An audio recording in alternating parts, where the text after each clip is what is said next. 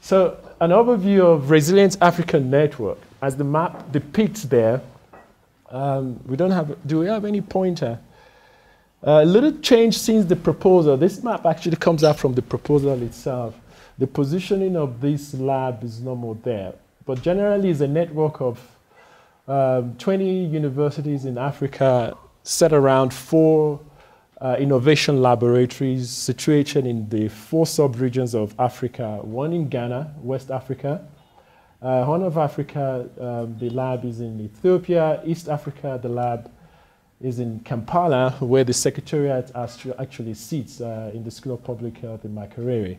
And in Southern Africa is the lab at the University of Pretoria, with focal countries and universities around that. I think I'm just going to go into more detail.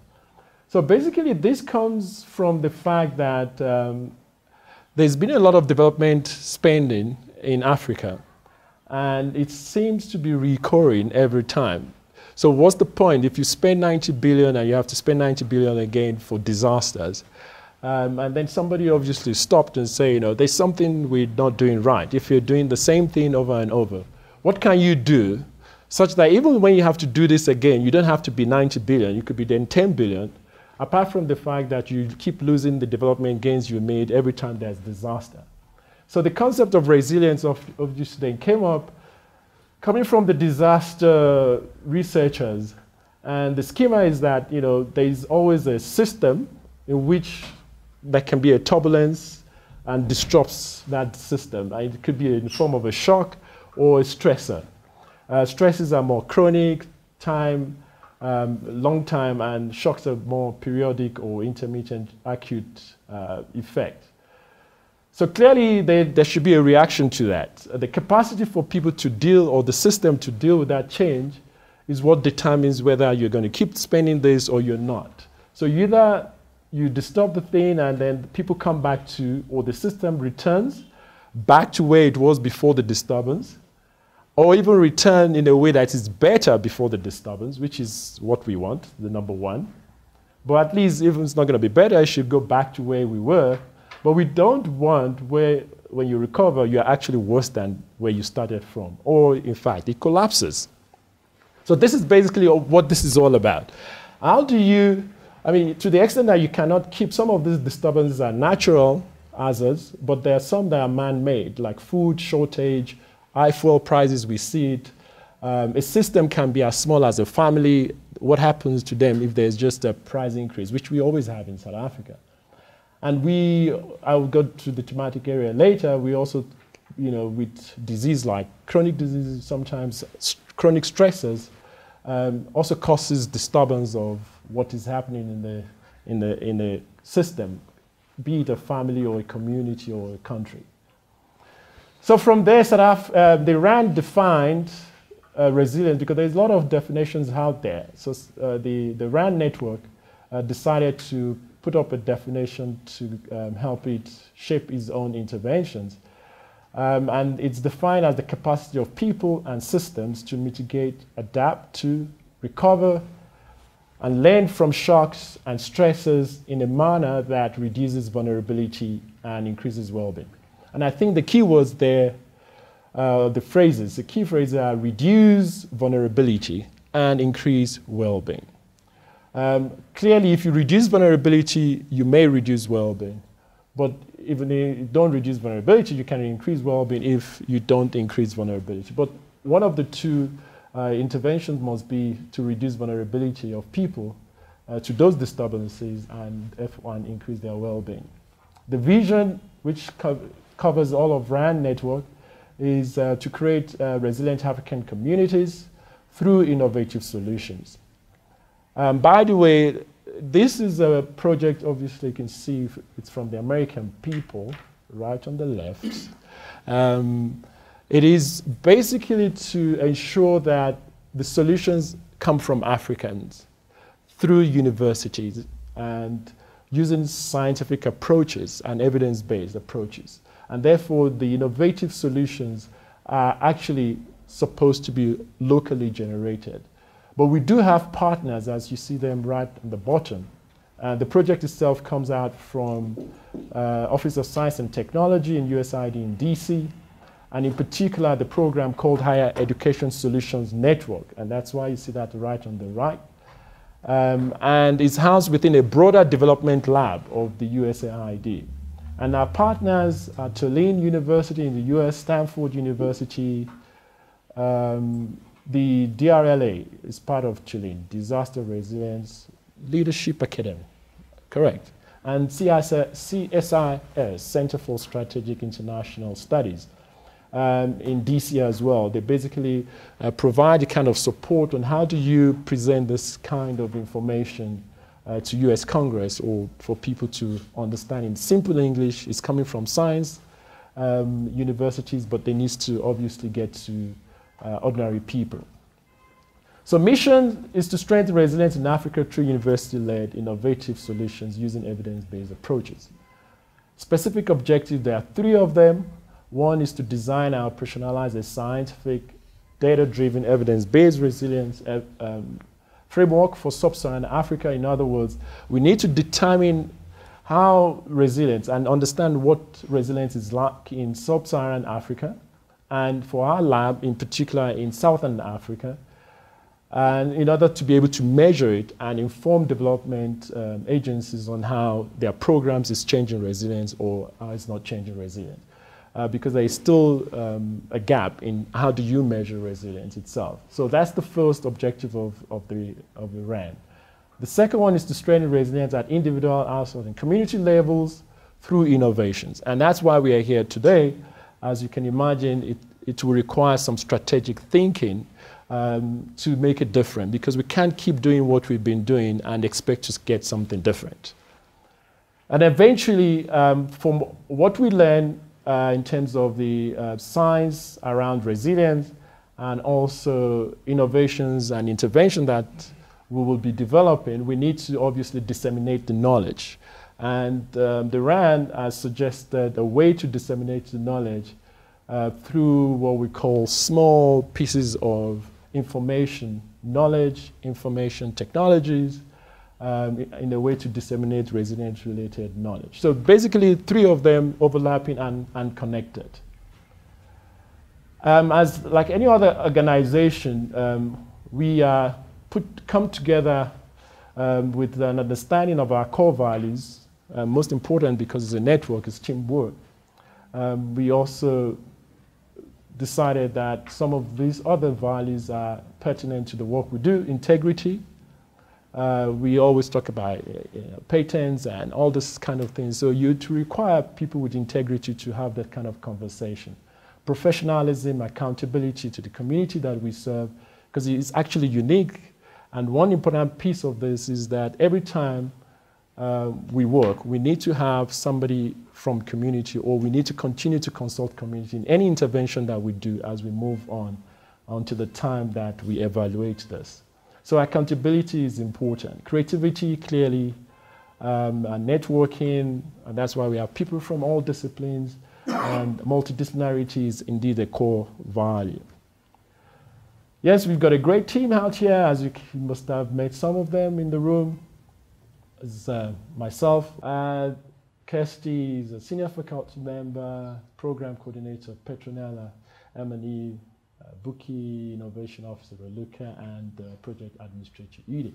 And of course, we also have an advisory committee.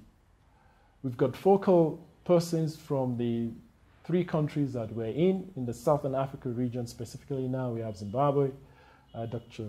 Chikaran. We have Donald from Luna. That's Lilongwe University of Agriculture, Natural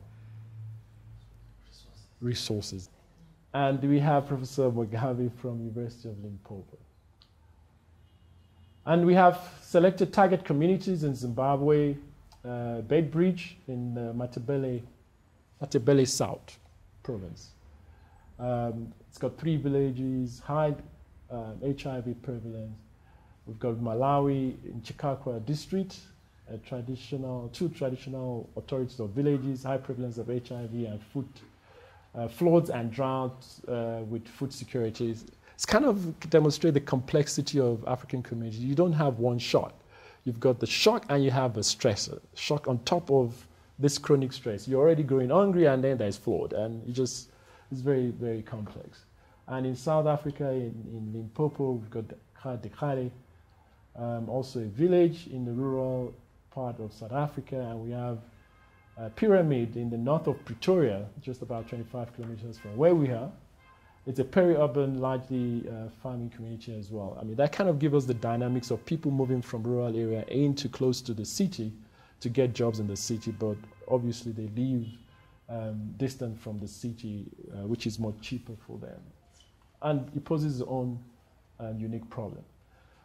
So for using the process that's been designed within RAN, which starts with context analysis, in particular literature review, and then moves us to actually doing primary data, then doing an innovation, and then we do evaluation of the innovation or intervention.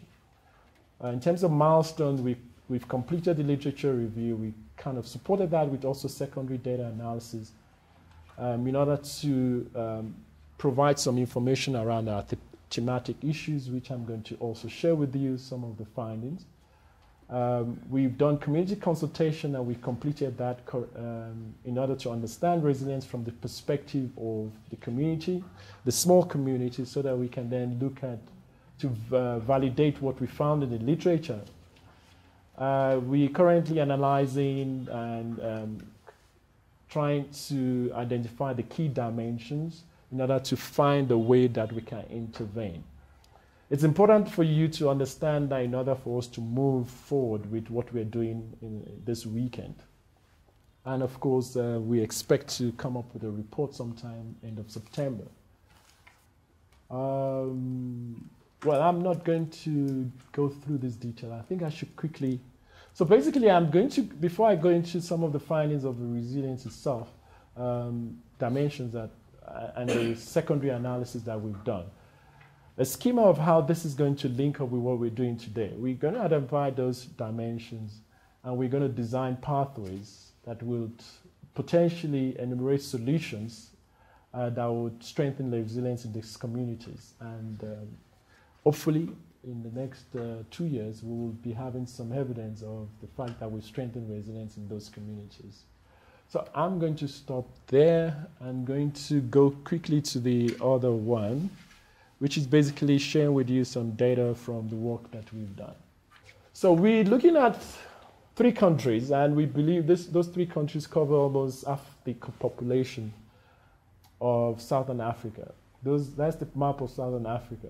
So if you take South Africa, Malawi, and Zimbabwe, it's a population of about 80 million people, and the whole population in the Southern African region is 164 million. So it was by chance or by luck, but we kind of got half of the population we're looking at. And I think as a background, or as a context, as you see in resilience, you need to build a context to know then what you're going to be building resilience to what. It's an agroeconomic based region, less so for South Africa, but if you look at Malawi and Zimbabwe, over 60% of the output in Malawi and Zimbabwe are from smallholders. And most of the foreign exchange, for example, in Malawi, over 90% is from agriculture. But even though South Africa has less of that dependence, still 4 million South Africans are dependent on, to sustain their livelihood through smallholding agriculture. Also important in the context is the high burden of HIV/AIDS. South Africa really trumps everyone. When you look at this graph, thanks to Professor Mugabe, here I put this report as part of that report. Looking at deaths, so the idea is there's been a lot of spending around preventing HIV/AIDS transmission, but whether we like it or not, we're sitting with 5.6 million people living with the disease. So it's not about preventing it for them. It's great that all this prevention happened, but how do they lead a good life living with the disease? If you go to Zimbabwe, Mozambique is next, and then Zimbabwe, and then Malawi and Zambia. But our focus at this stage is in Malawi, Zimbabwe, and South Africa.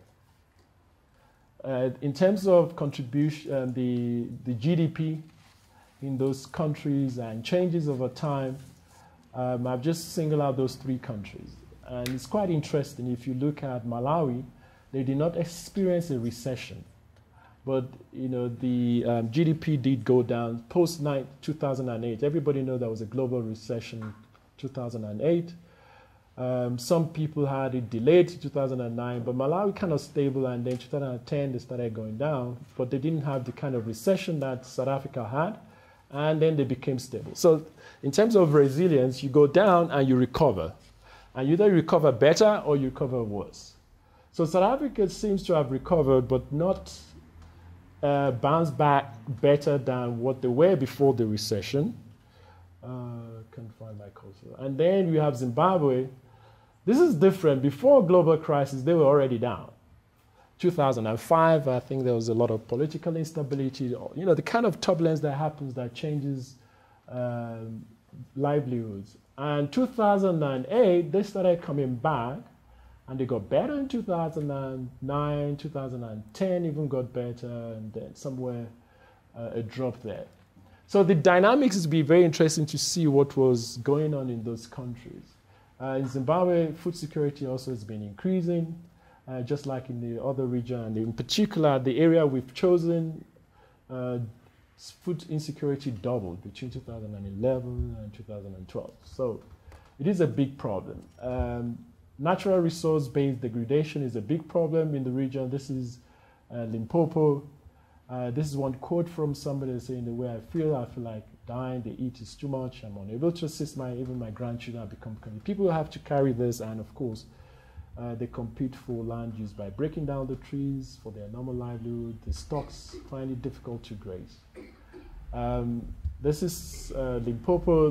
Where we're working is the red species degradation index is very high there. If it's red, that's the highest part. And of course, you also have droughts. Malawi also, drought is a big problem when you looked at all the shocks that affect the area. This is thanks to Donald. 2004, 2011, you can see a big jump there. But there are other shocks like food price increases, but not as high as drought. How do people respond? If it's drought, you can see it's mostly by safety net. For other shocks, it's mainly around social networks. So it's just important to note this as we begin to think of intervention and innovations.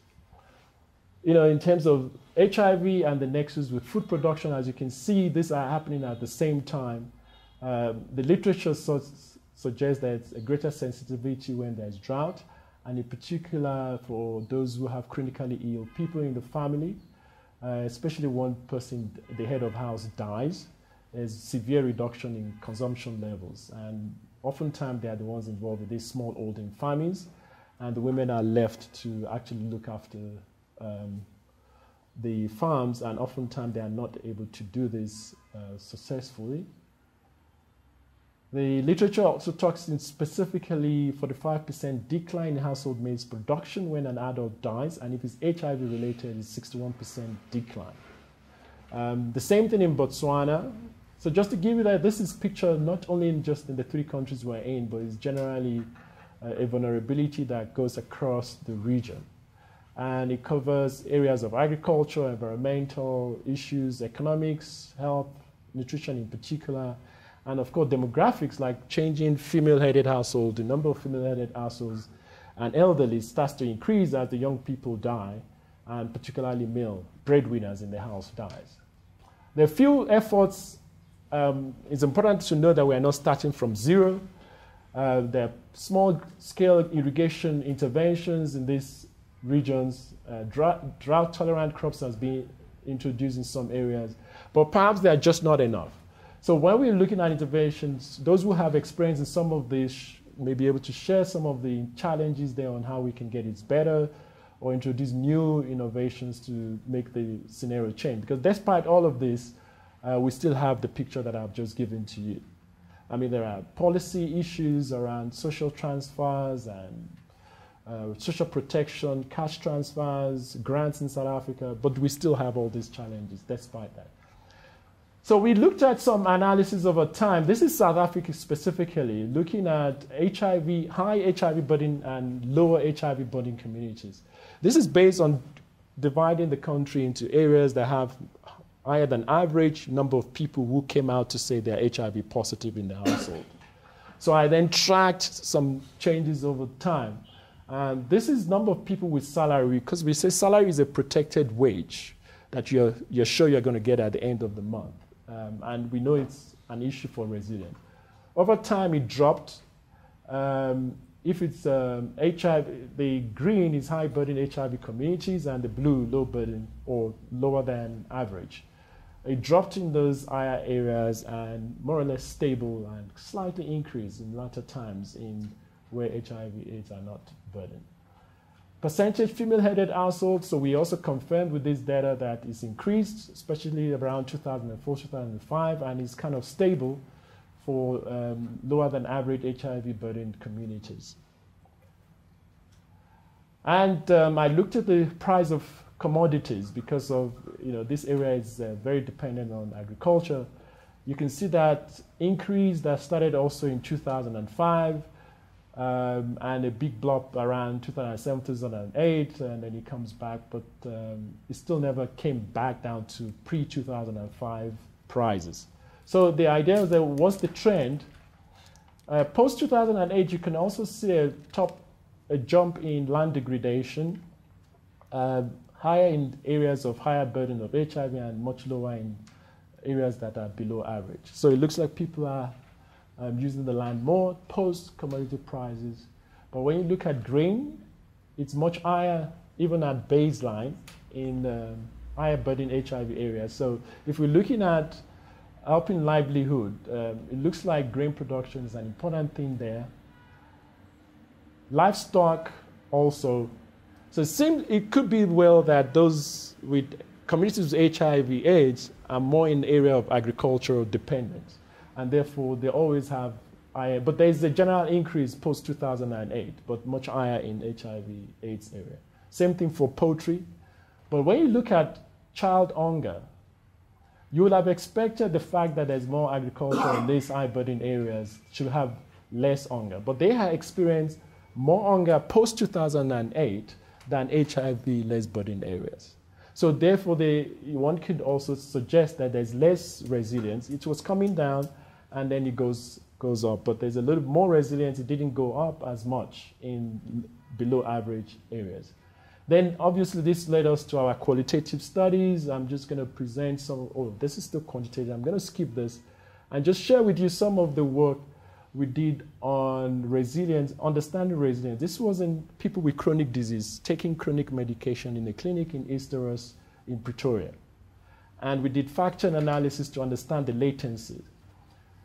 So on the left is what drives motivation, what we call motivation. We asked questions and they completed those questions on how do you see your future? So those who on the rate scale of 1 to 5 had a more positive outlook. They were satisfied with their daily life. They felt they were never alone, and they felt never defeated, and they said they often found solutions to problems that others couldn't find. They were the ones that had higher score, what we called resilience skill. And that itself led to what we call mastery, when people self-reported, since your diagnosis of your condition, do you feel you are adapting, or do you feel you are better than before your diagnosis, or the same, or nothing changed? So what we call the self-mastery.